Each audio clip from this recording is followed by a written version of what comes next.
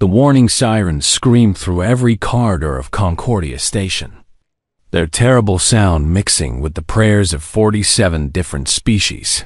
Commander Varish stood in the command center, his insectoid mandibles clicking nervously as he watched the main display screen. 10,000 ships. The Dominion had brought 10,000 warships to end this war once and for all. His own fleet numbered barely 200 vessels, cobbled together from the last free peoples of the galaxy. Commander, shield integrity at 92%, reported Lieutenant Cass, her forearms working frantically across multiple control panels. How long? Varish asked, though he already knew the answer would crush whatever hope remained in this room. 72 hours. Perhaps 75 if we reroute power from life support in the outer rings. Varish felt his secondary lungs collapse in despair. 72 hours until the shields failed. Then the Dominion would pour through like a plague, and the last spark of freedom in the galaxy would die. He looked around the command center at the faces of so many different species. The reptilian Sarkhan, the gaseous ethereals contained in their suits, the crystalline harmony who communicated through light patterns, the mammalian Karathi with their sad eyes. 200 years ago, there had been one more species in this alliance: humanity. The humans had fought the Dominion with a detestation with the ferocity that became legend. For 6 months, they held back an empire that had conquered worlds for 3 centuries. Then they vanished. Every human world went dark in the same week. No distress calls, no evacuation signals, nothing. The Dominion never spoke of what happened in those final battles. But Varish had seen the fear in High Admiral Kresh's transmissions whenever humanity was mentioned. Something about the humans had terrified the Dominion in a way no other species ever had. Sir, Dr. Chun is requesting emergency access to the command center, Lieutenant Cass announced. Dr. Chun?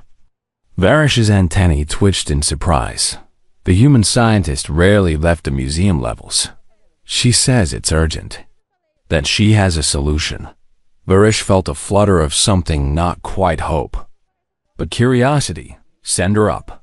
5 minutes later, Dr. Amara Chun entered the command center, her dark hair disheveled and her eyes burning with an intensity Varish had never seen in the quiet scientist. She was the last human, the only survivor of a species that had numbered in the billions for 30 years.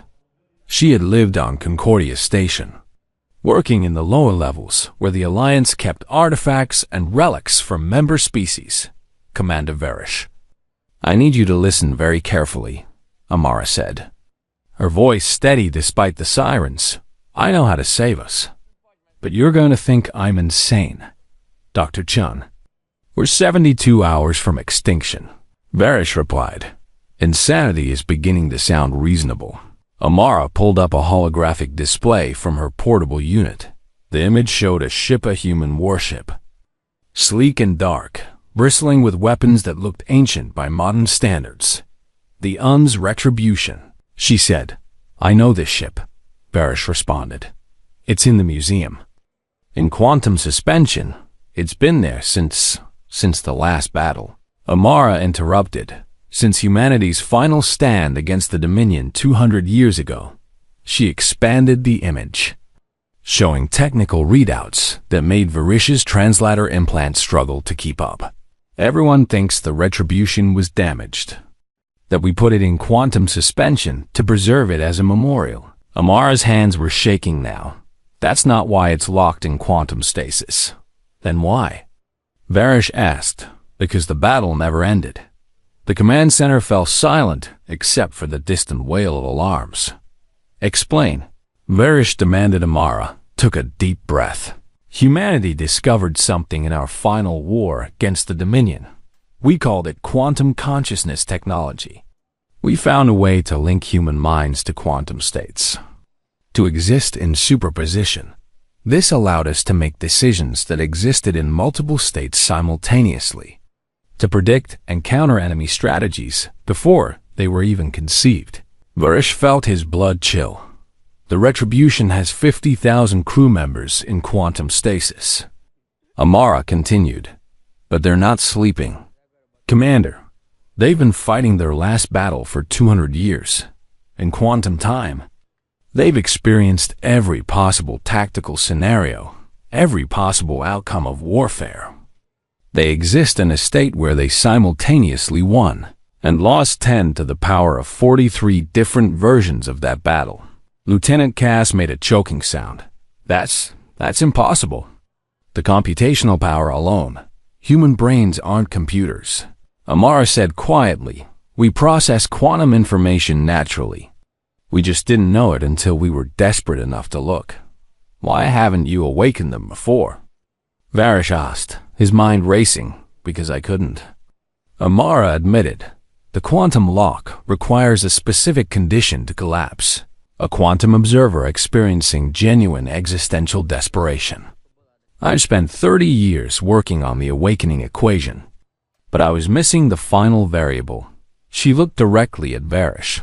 We're that variable now. Commander, our desperation, our certainty of death, our last desperate hope, that's what will collapse the quantum lock. Varish understood then, and the understanding filled him with equal parts terror and hope. If we awaken them, they'll fight. Amara said, they've been fighting for 200 years across every possible quantum timeline. They know every tactic the Dominion has, every strategy, every counter move. But, she paused, and Varish saw tears forming in her eyes. There's a risk. They may not know the war ended. They may not recognize friend from foe, and the quantum state can't be maintained indefinitely. In normal space, once we wake them, we have perhaps hours before the ship destabilizes completely. Varish looked at the tactical display showing 10,000 Dominion ships closing in. He thought of the 47 species depending on him. He thought of all the children in the station's residential sections who would die when the shields failed. Call an emergency council session. He ordered all species representatives. Immediately, we're going to vote. An hour later, the council chamber was packed. Varish explained Dr. Chun's proposal, holding nothing back about the risks. The debate was brief. When you're drowning, you don't refuse a rope because it might have splinters. The vote was unanimous, Dr. Chun. Varish said formally, the Coalition Council authorizes you to proceed with the awakening of the UN's retribution. May whatever gods your people believed in have mercy on us all. Amara nodded slowly. Commander, there's one more thing you should know. Captain Marcus Chun, the ship's commander, he was my great-grandfather. I've never met him, but I've studied his logs, his tactics, his psychology. He was considered the most brilliant strategic mind humanity ever produced. And he's been fighting the same battle for 200 years. She turned toward the door, then looked back. Human strategic doctrine had a saying. Commander, we don't fight wars to win. We fight wars so thoroughly that our enemies never want to fight again. I hope you're ready for what that means. As Amara left to begin the awakening sequence, Varish returned to the command center on the main screen. The Dominion fleet continued its inexorable approach, somewhere 30 levels below, in the museum section. Ancient systems were beginning to power UPA. Human Warship was about to wake from a 200-year nightmare, and Varish wondered if he had just saved the galaxy or doomed it. The countdown began. 71 hours until shield failure. But perhaps, just perhaps, humanity's ghosts would need far less time than that. The museum level of Concordia Station had always been quiet, a place where species came to remember what they had lost now. It hummed with frantic energy as Dr. Amara Chun worked at the control console, her fingers dancing across interfaces that hadn't been touched in 2 centuries. Commander Varish stood behind her, watching holographic equations scroll past faster than his translator could process. How long will the awakening take? He asked. The quantum lock is collapsing in stages. Amara replied without looking up. First, we have to establish a coherent observation field. Then introduce the collapse catalyst. Then pray the quantum decoherence doesn't destroy their minds in the process. You're speaking in technical terms again. Sorry, Amara said, pausing to wipe sweat from her forehead. Think of it like this. Imagine you're asleep and dreaming. But the dream has lasted 200 years, and in that dream, you've lived millions of different lives. Now imagine someone trying to wake you up. Which version of you wakes up? Varish felt his exoskeleton shiver. All of them? Exactly, Amara said. The quantum state allows multiple realities to coexist. My great-grandfather and his crew exist in superposition. They're simultaneously experiencing every possible version of their battle. When we collapse the quantum lock, we're not waking one crew. We're collapsing infinite crews into one reality, through the reinforced observation window. Varish could see the retribution suspended in its quantum field. The ship flickered, phasing in and out of normal space like a ghosted was smaller than modern warships. Maybe 800 meters long, but something about it radiated danger. The hull was dark, absorbing light rather than reflecting it, and the weapon arrays looked alien even compared to other human technology. Tell me about quantum consciousness, Varish said. The council approved this plan, but I don't think any of us truly understand what we're unleashing. Amara was quiet for a long moment, her hands still working the controls. During the war, humanity was losing. She finally said, the Dominion's hive mind gave them perfect coordination, perfect strategy. They could predict conventional tactics because conventional tactics follow logical patterns. So humanity's scientists got desperate. They started experimenting with quantum computing integrated directly into human neural tissue. The idea was simple. If our brains could process quantum information, we could make decisions that existed in multiple states simultaneously. A captain could order an attack that was also a retreat. That was also a feint, all at the same time, until the enemy observed the action.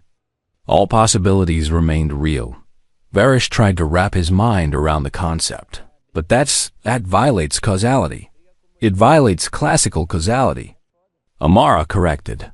Quantum causality is different. The Dominion learned that the hard way.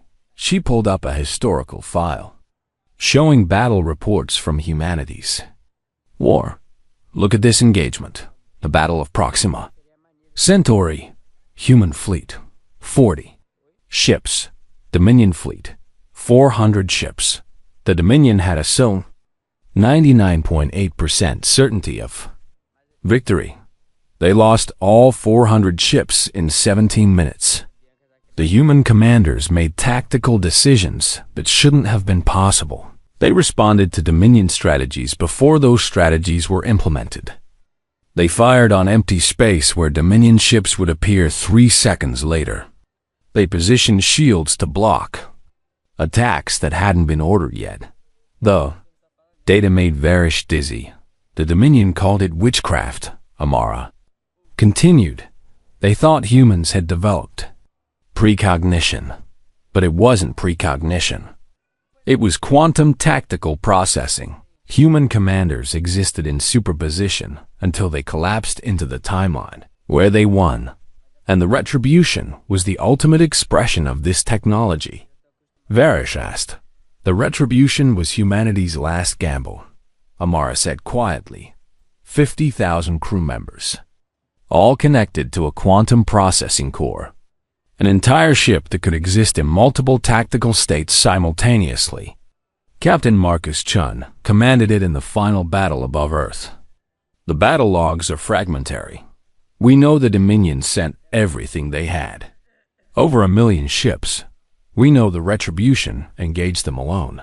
And we know that when the battle ended, both fleets were gone, every Dominion ship destroyed, and all human worlds silent.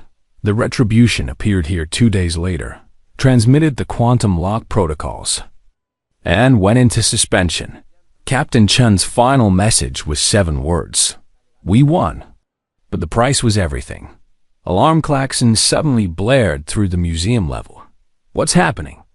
Varish demanded. The Dominion is accelerating their approach. Lieutenant Cass reported through his communicator. They're burning their ship's reactors at maximum. They'll arrive in 48 hours instead of 72. Amara's eyes widened. They know. How could they know? Varish asked. The Dominion's hive mind spans half the galaxy. Amara said, if any part of it retained memories of fighting the Retribution, all parts know. They're afraid. Commander, they're coming fast because they want to destroy us before we can wake the ship. She turned back to the controls with renewed urgency. We need to accelerate the awakening sequence. Is that safe? No, Amara admitted, but neither is sitting here, waiting to die. Her fingers flew across the holographic interface. I'm increasing the quantum observation field intensity by 40%. The collapse will be faster but more violent. The crew might experience significant temporal and psychological disorientation. Through the window, the Retribution began to change. The flickering intensified, and Varish could see multiple images of the ship overlapping each other. One version had its weapons deployed, another had hull breaches, a third seemed to be on fire, all existing simultaneously. It's working. Amara whispered, the quantum lock is destabilizing. How long now? 20 minutes, maybe less. Varish activated his command channel. All stations. This is Commander Varish. In approximately 20 minutes, the UN's Retribution will exit quantum suspension. I want all ships ready for combat support, and I want the civilian sectors evacuated to emergency shelters immediately. If this goes wrong, we may have a hostile warship inside the station. He closed the channel and looked at Amara. I have to ask, what if your great-grandfather doesn't recognize us as allies? What if he only sees enemies? Amara's expression was haunted. Then we'll find out if a 200-year-old human warship in quantum superposition can be stopped by a modern fleet. She met his eyes, but I don't think we can. Commander, I've studied the battle reports, the tactical analyses. The Retribution doesn't fight in normal space-time. It fights across probability itself. How do you destroy a ship that exists in a quantum state where it simultaneously dodged your attack? Varish had no answer. The minutes crawled past around them. Automated systems activated throughout the museum-level containment fields powered up emergency. Blast doors sealed. The observation window polarized to protect against quantum radiation on Amara's display. The collapse sequence reached critical threshold. Here we go, she said softly. The Retribution flashed brilliant white. Then the light collapsed inward, and the ship solidified into normal space, except it wasn't normal. The Retribution occupied 3 positions simultaneously, each separated by a few meters. All of them somehow real. Its weapons arrays phased in and out of existence. Parts of the hull were new and pristine, while other sections showed battle damage that looked fresh. It was as if the ship couldn't decide which version of itself to be. Quantum coherence failing. Amara reported. They're trying to stabilize, but the decoherence is spreading. We need to establish communication before. A voice suddenly echoed through every speaker in the museum level. It was human. Male, but wrong. Multiple versions of the same voice speaking simultaneously. Slightly out of sync. This is Captain Marcus Chun of the United Nations Starship. Retribution. We are under attack by Dominion forces. All human vessels form up on my position. Civilian craft make for deep space. This is not a drill. Amara grabbed the communications console. Captain Chun. This is Dr. Amara Chun. The battle is over. You've been in quantum suspension for 200 years. The voice responded. But it sounded confused, multiple versions speaking different words. 200-negative-impossible-confirm-years. The war ended, Captain, Amara said, tears streaming down her face. Humanity is gone. You're the last human warship. The Dominion won that war. But now they're here again. We need your help to fight them. Silence. Then the voice again. More unified now, as if the different versions were converging, Dr. Chun. State your relationship to Captain Marcus Chun. I'm your great-granddaughter, Amara said. You never met me. I was born 70 years after you went into suspension. But I've studied your logs. I know you. Grandfather, I know what you sacrificed. Another pause when the voice came back. It was a single voice now, tired and infinitely sad. Amara, is there anyone else? Any other humans? No, she whispered. Just me. Then we're truly the last. Captain Chun said, the very last of humanity. Yes. How many Dominion ships? Commander Varesh stepped forward. Captain Chun. This is Commander Varesh of the Concordia Defense Fleet. The Dominion has brought 10,000 ships. We have 200. They'll arrive in 47 hours. Captain. Chun's laugh was bitter and echoing. 200 years of fighting every possible version of every possible war, and we wake up to find the same enemy. The same impossible odds. Will you help us? Varesh asked. There was a long silence then. Commander Varesh, we've been fighting this battle for 2. The retribution moved like nothing Commander Varesh had ever seen. It phased out of the museum, level without using doors or airlocks. Simply existing inside the station one moment and in open space the next, on the tactical display. The ship appeared in 3 locations simultaneously. How is that possible? Lieutenant Cass whispered. It's still in quantum superposition, Dr. Chen explained. Her eyes fixed on her console. The ship exists in multiple probability states at once. It can't maintain this for long, maybe a few hours before quantum decoherence tears it apart. But while it lasts, the retribution doesn't follow normal physics. Varesh watched as the human warship took up position between Concordia Station and the approaching Dominion fleet. 200 allied ships formed up around it. Their crews uncertain and afraid. What could their modern vessels do alongside a ghost from humanity's final war? Concordia Command, this is the retribution. Captain Chun's voice came through. Still carrying that eerie multi-layered quality, I'm transmitting tactical protocols to all allied vessels. Follow them exactly. Any deviation will create probability cascades we can't control. Data flooded into the fleet. Coordination system. Varesh stared at the movement orders in disbelief. These positions don't make tactical sense, he said. Half? Our ships would be exposed. The other half are defending empty space. Trust him, Amara said quietly. He's seen this battle play out millions of times. He knows where the Dominion will be. Not where they are. Varesh gave the order. The coalition fleet moved into positions that seemed suicidal, and they wait. 47 hours became 40, then 30.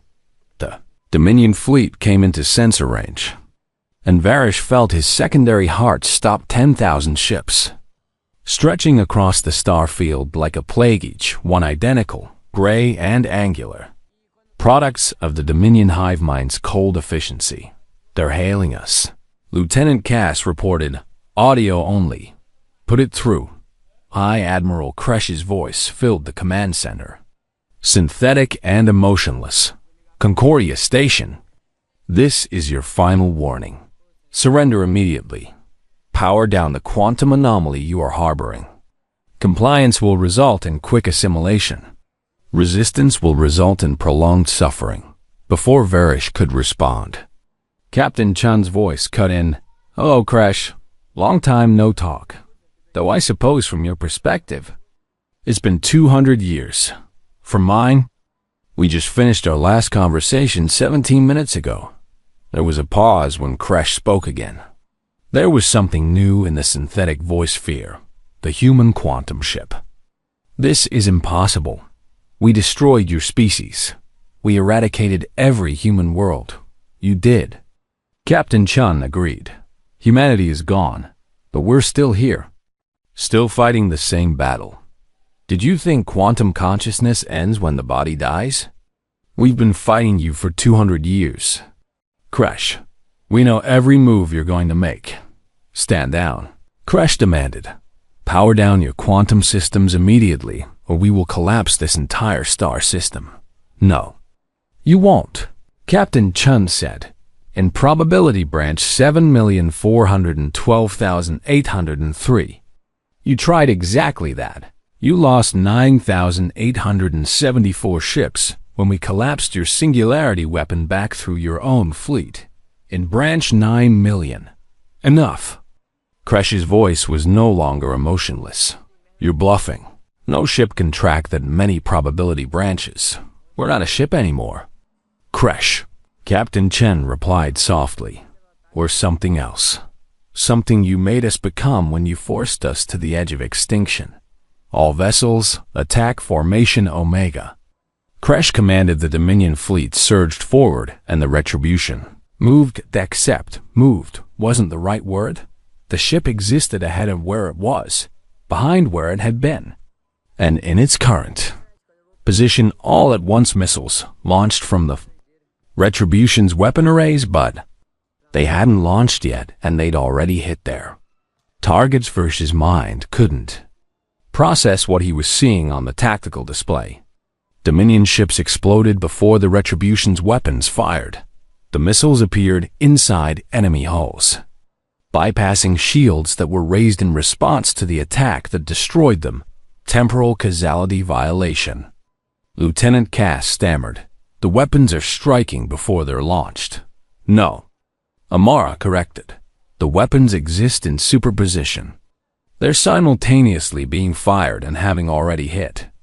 The Dominion ships observe the hit, which collapses the quantum state, which means the missile was always going to strike that spot. That's impossible. That's quantum warfare. 300. Dominion ships vanished from the tactical display in the first minute. The Allied fleet opened fire according to Captain Chen's protocols. Their weapons targeting positions that seemed empty. Then Dominion ships appeared exactly where they fired, materializing into their own destruction. He's predicting their movements. Varish said in awe. Not predicting. Amara said, he's already seen them make those movements in other probability branches. He knows where they'll go before they decide to go there. 500 more Dominion ships died, then 800. Dominion fleet broke formation, scattering in panic, but the Retribution was everywhere. It phased through the enemy fleet, its weapons firing in all directions simultaneously. Each shot found a target, even when that target was behind it or hadn't arrived. Yet Varesh watched the Dominion cruiser explode, then saw the Retribution shot phase into existence and travel backward through time to hit it. Quantum decoherence increasing. Amara warned, the Retribution's structural integrity is dropping. Captain Chun is pushing the ship too hard on the view screen. Varish could see it. The Retribution was becoming less solid. More ghostly parts of the hull flickered in and out of reality entire. Weapon sections existed for only microseconds at a time. Captain Chun, you need to pull back, Varish transmitted. Your ship is destabilizing. I know, Chun replied. We're burning through quantum coherence faster than calculated. But we need to show them. Show them what? That resistance is futile. The irony wasn't lost on Varish. Dominion's own words. Turn back against them 1,000 Dominion. Ships destroyed, then 1,500, 2,000. The Allied fleet hadn't lost a single vessel. They fought according to Chun's protocols, firing at ghosts that became solid just in time to die it.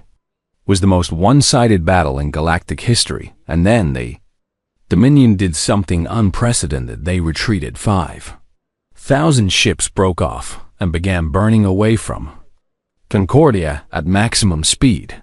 They're running. Lieutenant Cass said in disbelief. The Dominion never retreats.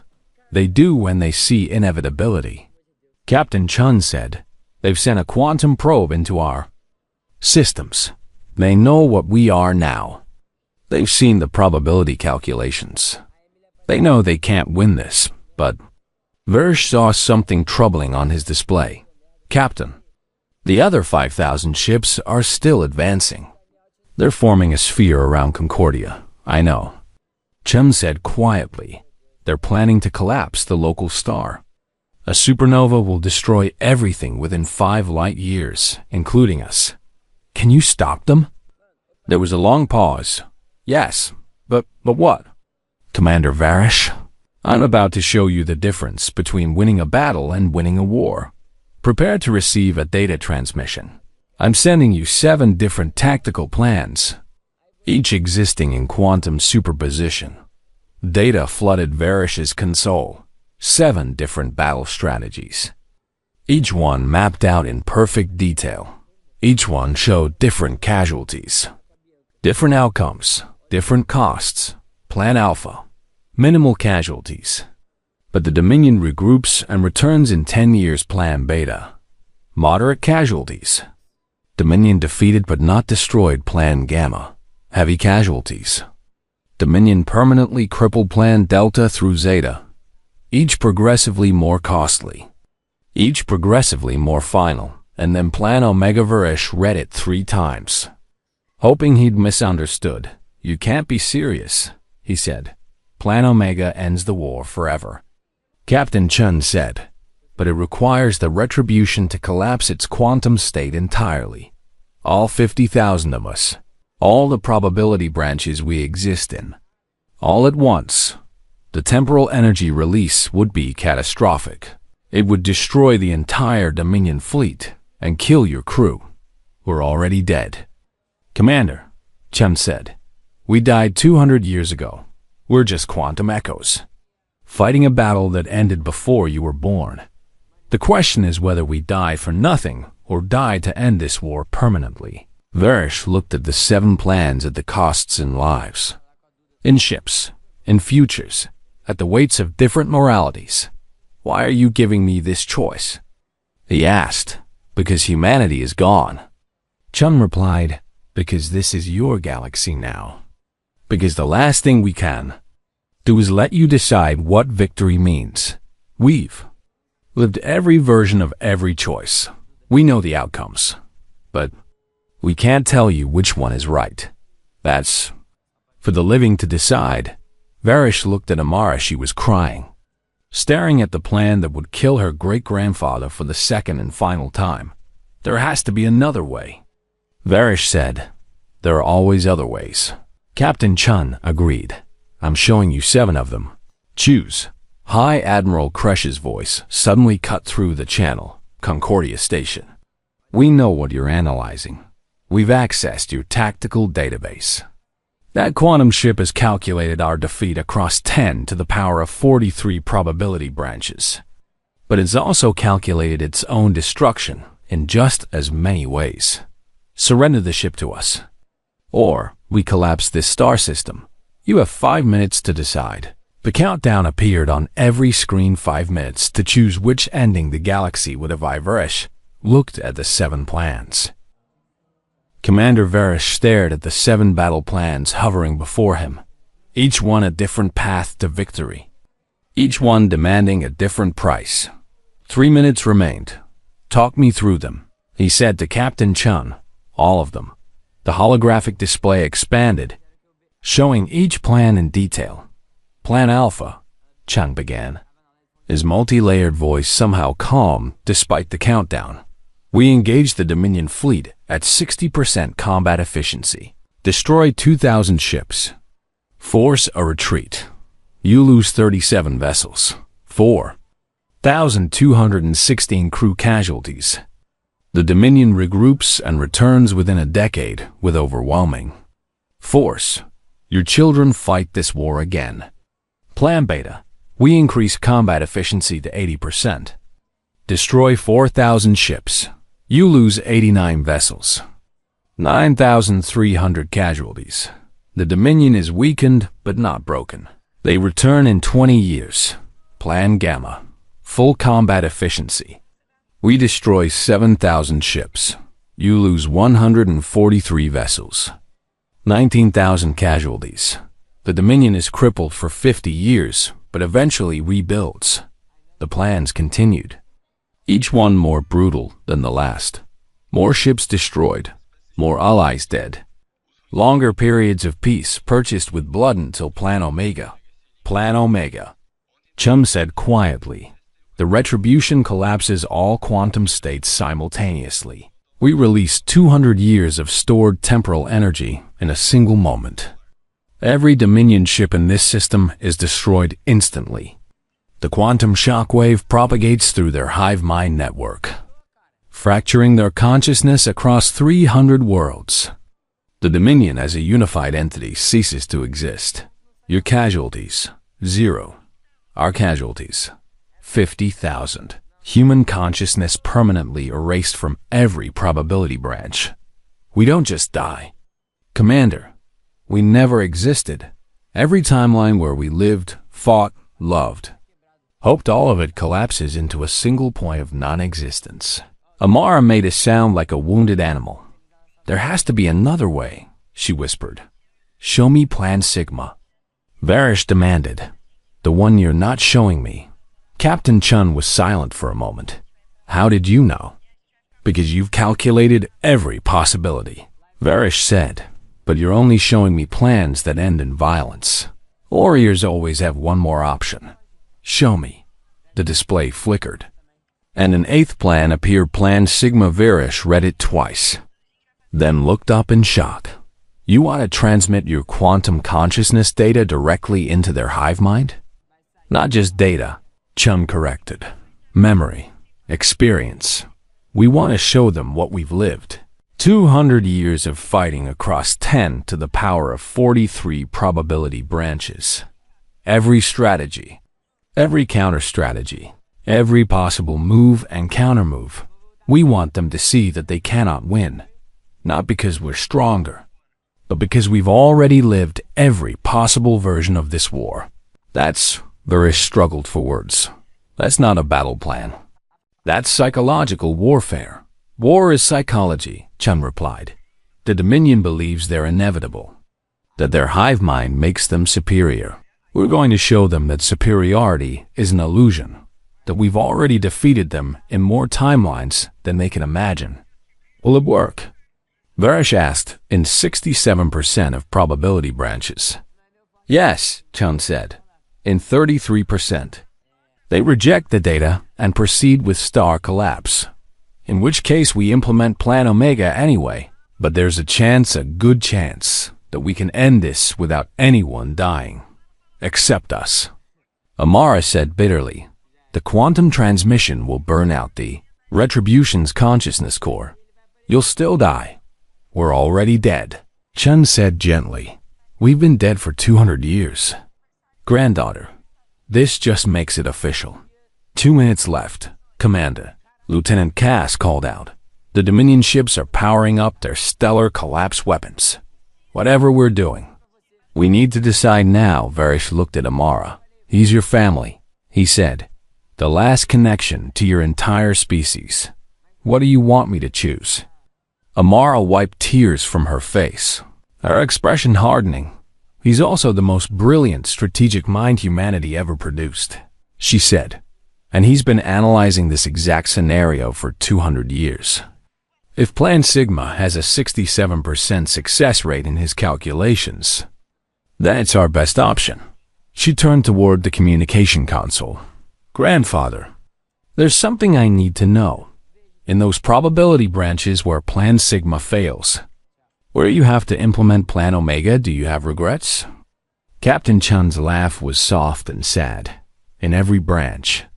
I regret not seeing Earth one more time. I regret not meeting my children, my grandchildren. You. I regret that humanity burned so bright and so brief. But I don't regret fighting. And I don't regret the choice to end this war. Even if it costs us everything. Because that's what it means to be human. Amara, we fight not because we're certain we'll win, but because some things are worth fighting for even when the odds are impossible. 1 minute. Do it. Varish ordered, implement Plan Sigma. And Captain Chen, thank you for your service, for your sacrifice, for giving us a chance. Don't thank me yet. Commander, Chen replied, we still have to survive the next 60 seconds. The retribution blazed with light, every part of the ship glowing with quantum energy on Amara's console. Data began streaming from the human warship in volumes that shouldn't have been possible exabytes per second. Then petabytes, then numbers that had no common name, 200 years of consciousness. Memory, strategy, and pain, compressed into a quantum transmission. Targeting the Dominion command ship, Chun reported, breaching their communication network now. The transmission lanced out. A beam of pure quantum information, it struck the Dominion flagship and spread through their fleet like lightning. Every ship, every mind in the hive mind, receiving the same data simultaneously in the command center. They could hear it screaming 10,000 ships worth of Dominion drones, all screaming at once. Their synthetic voices merged into a sound of pure existential horror. What's happening? Lieutenant Cass asked. They're experiencing 200 years of human consciousness in 3 seconds, Amara said, watching her instruments in awe. They're seeing every battle we fought, every strategy they tried, every way they lost. They're seeing themselves defeated 10 to the power of 43 times. We're showing them the inevitability of their own failure on the tactical display. The Dominion fleet faltered, ships broke formation. The stellar collapse, weapons powered. Down 5,000 of the retreating ships stopped, running and held position, and then High Admiral Kresh's voice came through. But it was different. The synthetic quality was gone for the first time in recorded history. A Dominion consciousness spoke as an individual. What have you done to us? The voice was raw, broken, terrified. You showed us, we saw, we felt. 200 years. Captain Chun said, 200 years of fighting you across every possible timeline.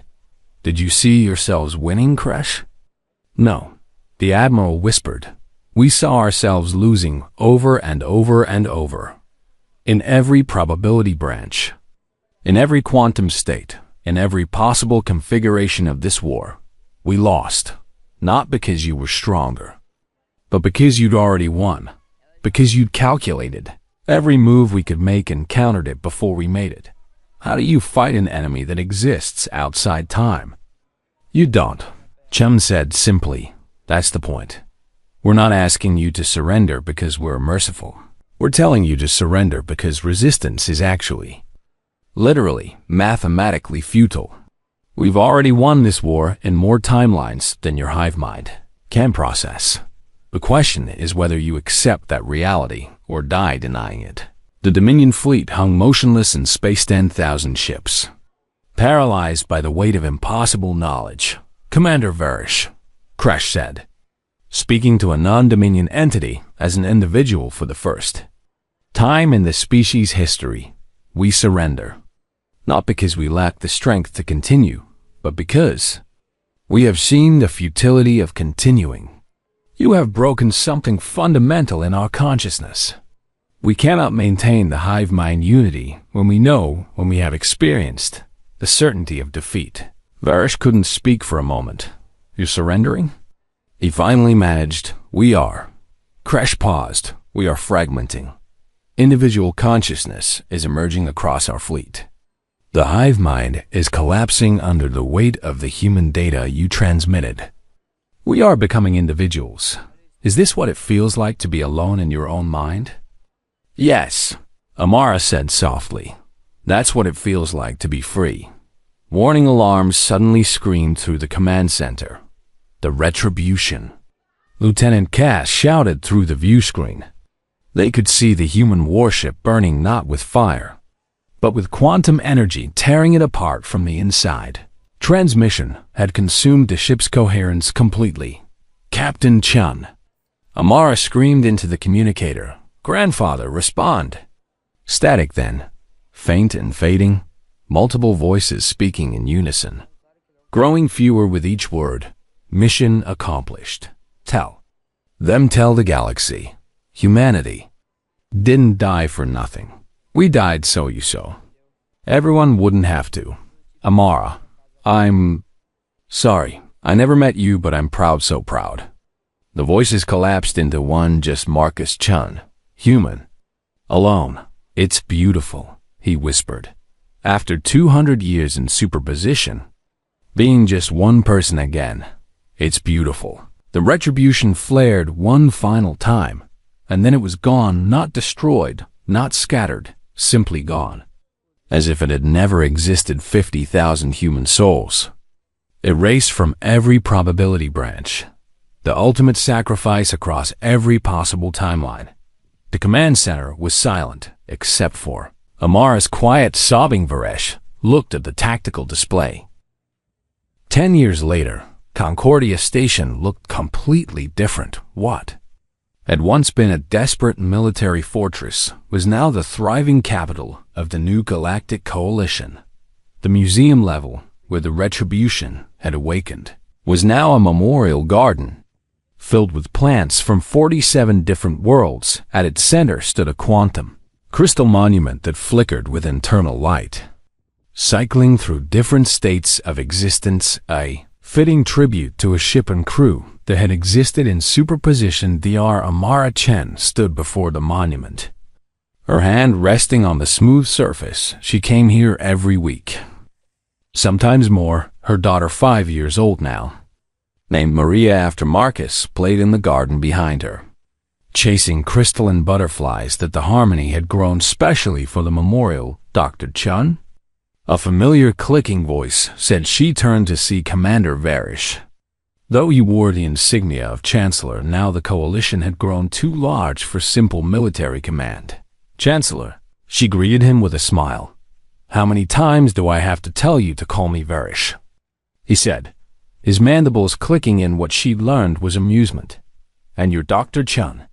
I'm just a politician who has to deal with the aftermath of your family's heroics. Still having trouble with the integration? She asked. Trouble is a mild word. Varish admitted. We've got 10,000 former Dominion drones learning to be individuals. Half of them are terrified of making their own decisions. The other half are making too many decisions and getting into conflicts. Yesterday, I had to mediate an argument about sandwich preferences that almost became a riot. Amara laughed. Sandwich preferences? Apparently, when you spend your entire existence as part of a hive mind, suddenly having to choose between 7 types of bread is existentially overwhelming. He settled beside her, looking up at the monument. But they're learning, he continued, his tone more serious. Slowly, painfully. But they're learning. We've had 3 former Dominion individuals petition to join the Coalition Council. Admiral Kresh, or just Kresh now. He hates the title, has become one of our best mediators. Turns out experiencing 200 years of human tactical consciousness gave him perspective on conflict resolution. The quantum transmission is still affecting them? Amara asked.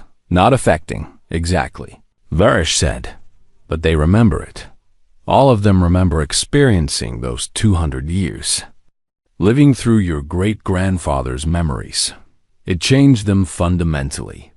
They can't go back to being a hive mind because they've seen what individuality means, what freedom means, what it means to fight for something instead of just following orders.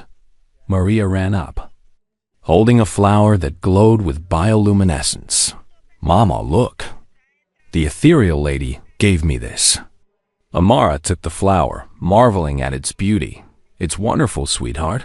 What do you say? Thank you. Maria called to the ethereal scientist working in the garden, who pulsed with pleased colors inside her containment suit. The child ran off again, and Amara watched her with a mixture of joy and sadness. She never knew what it was like, she said quietly, to be the last human, to carry the weight of an entire species' extinction. No. Varish agreed, because she's not the last. He gestured around the station. Look around.